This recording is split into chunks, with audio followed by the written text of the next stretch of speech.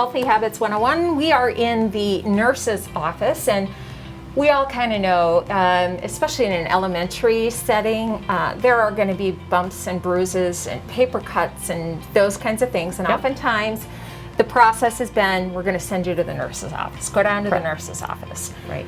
Gonna change that up a little bit this year. Tell us about what some of those changes may look like. Yeah, so we really want to make sure we keep our healthy students with healthy students, and if we have an ill student, we want to make sure they're isolated and kept separate. So really just making sure that we keep that separation of space. Okay. Yes. Well, one of those things that might be a mitigation effort is got all of these kinds of supplies and things like bandages and things like that.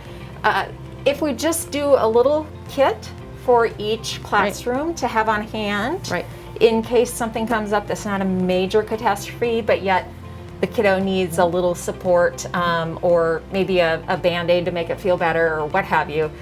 Talk to us about that process. Yeah, so and some schools are already doing this, but we're gonna try to have little kits put together so that there are some of those resources in the classroom so that students can very quickly, they get a paper cut, wash their hand, put the Band-Aid on and get back to class.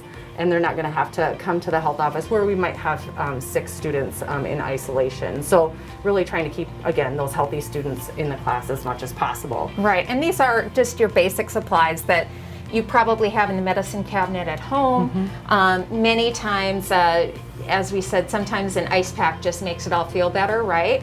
And so we'll have some options available so that we can care for the kids who do have those minor injuries, but maybe don't need the care that requires them to be in a setting where there might be other sick children. Right, and we still want to provide them access to their school nurse for those, any other injuries or illness and things like that. But we're going to be real intentional about trying to keep very minor things in the classroom. Right, so perhaps the nurse, instead of having them come down here, the nurse may go to the classroom, and see them and that kind of thing. So the access doesn't change, just the way we're delivering the service may change a bit. So your kiddos will be taken care of in that regard. We know that accidents happen with the young ones, and we certainly want to make sure that they're feeling healthy and well enough to continue their work. So we will make these slight modifications and do our best to keep the kiddos in the classrooms. That's right. Thanks, Molly.